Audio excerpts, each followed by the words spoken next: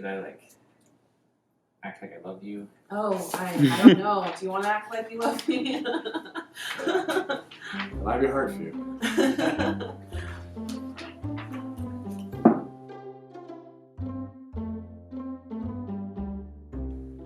We met when I first visited Davis. I was going to be on staff at UC Davis, and I was staying with some friends. And Mark was biking past me in the parking lot, and he stopped and said hi. And that was how we met. I lived 2 doors down from where Taiko was going to be living, and so one of our great friends, Beth, introduced us when Taiko first arrived, and yep, it was very quick.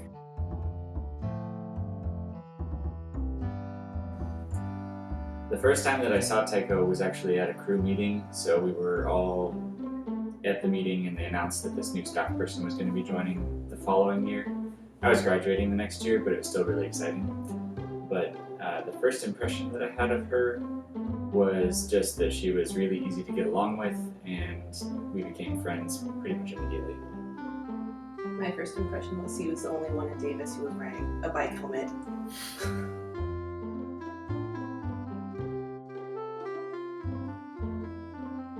I think spring retreat with UC Davis, which was in May of 2012, we, along with a couple of our other friends, just stayed up really late talking about everything and nothing, playing games. And that was just, it felt like we'd been friends forever. So that was, I think that's still one of my favorite memories.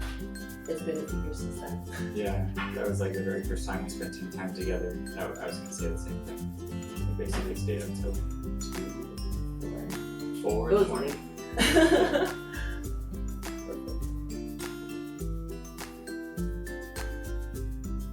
I asked Taiko out on a date after multiple non-dates. Multiple times where we went to coffee as friends. Yeah. We went to a coffee shop in Sacramento called Old Soul, and I was really nervous, and I had read tons of stuff on the internet. I had bought new clothes. I had brought some questions to ask. It was fun. We had a good time, but it was nerve-wracking. I was so nervous because I thought that Mark had known going into the date that I'd had a crush on him for a long time.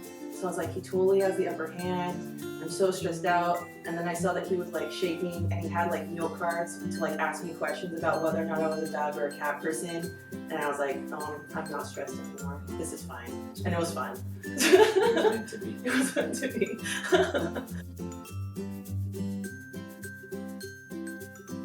Those questions were pretty basic, like she said.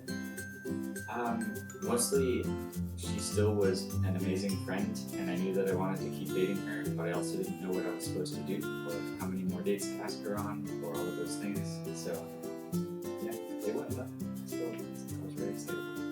Yeah, I still liked him. He didn't ask me on a second date right away, so I was wondering what was going to happen. But I still liked him. I thought it went well.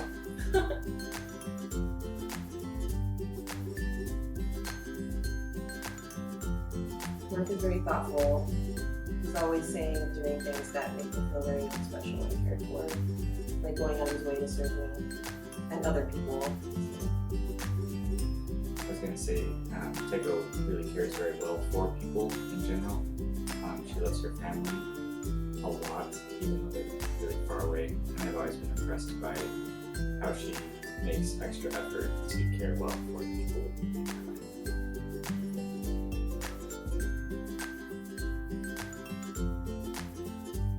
I enjoy a lot of things that we do together. Everything is better to me. I would say games. I think that's one of my favorite things. Yeah, we love playing games. We love hiking together too. Yeah, games is probably the thing we do the most together.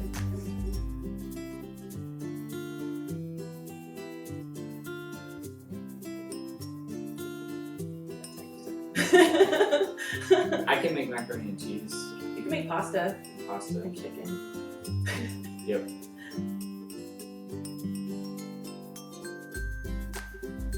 Tips. Yeah, definitely, Mark. I drive most of the time.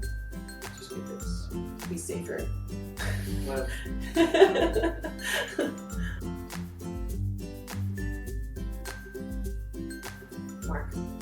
I was gonna say Taiko. Really? No, you have so much more self-control. Okay.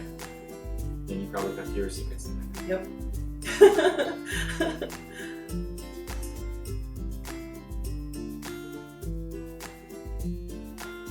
To be honest, like, I knew going into it that I could marry Taiko at any moment, but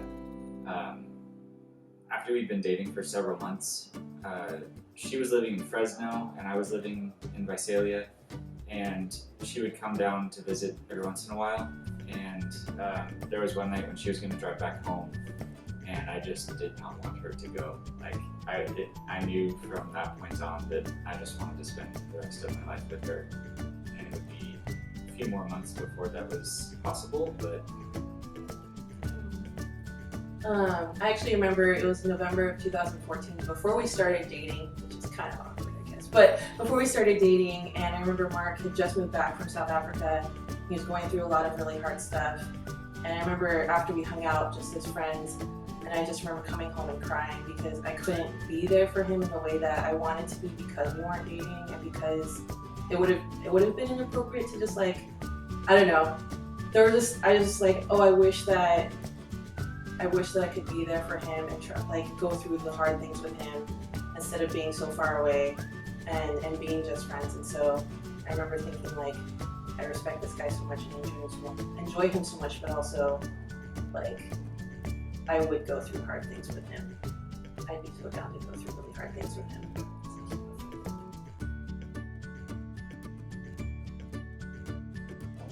it took a lot of planning. Okay, yeah. I talked to lots of people. I looked up lots of stuff on the internet. But I knew that I wanted to ask her, so I started out by asking her dad, and that went very well. And then they sort of might have leaked that a little bit at Thanksgiving-ish. But the big question was, we went to a coffee shop in Fresno that we'd spent a lot of time at together, where we had gone through a lot of premarital conversations and just kind of looking towards marriage. And I started out by taking her out to dinner, and I told her to dress nice because we were going to go someplace fancy. So we went out to a really nice dinner, and then I didn't ask her to marry me. It was our 10-month anniversary of dating, and when he took me to this, like, really nice restaurant, I was like, this is not 10-month anniversary worthy. This is so fancy. What is going on? We went to this coffee shop that we spent a lot of time at. It's called Cup of Joy. It's really great. I highly recommend.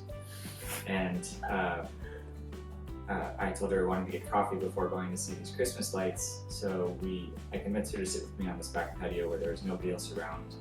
And I read her a letter that I had written, which gave all the reasons why I wanted to marry her. And I asked her if she would marry me, and she just stared at me. And then I said yes, and kept staring because I was so shocked. And then we were engaged. It was great. And he asked me to put the ring on my finger, and he did. And then we went and saw Christmas lights after we called our parents. Yeah, we messaged some important people, and then we basically spent the next hour just kind of talking through what that meant and, like, trying to get ready for everything. And I brought her back home, and then I went home. Yep, that was 8 months ago.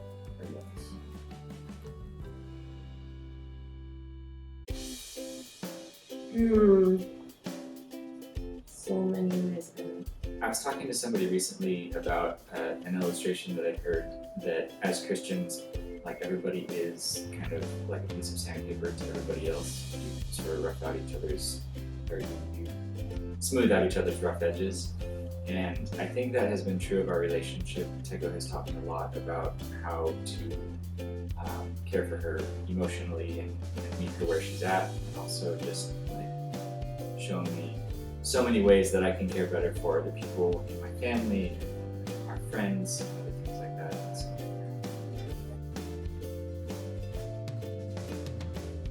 the fact that marriage isn't about, like, our lives being complete and just being happy. It's like another thing that God's going to be using to sanctify us, and it's awesome. Mm-hmm. But that's not the primary goal. Mm-hmm. Yeah, that was one of my favorite pieces of advice to. I feel like most people have been bringing up. I mean, I'm like a very, like, practical level. I feel like people have been bringing up communication. There's to like communicate constantly and believe the best in each other.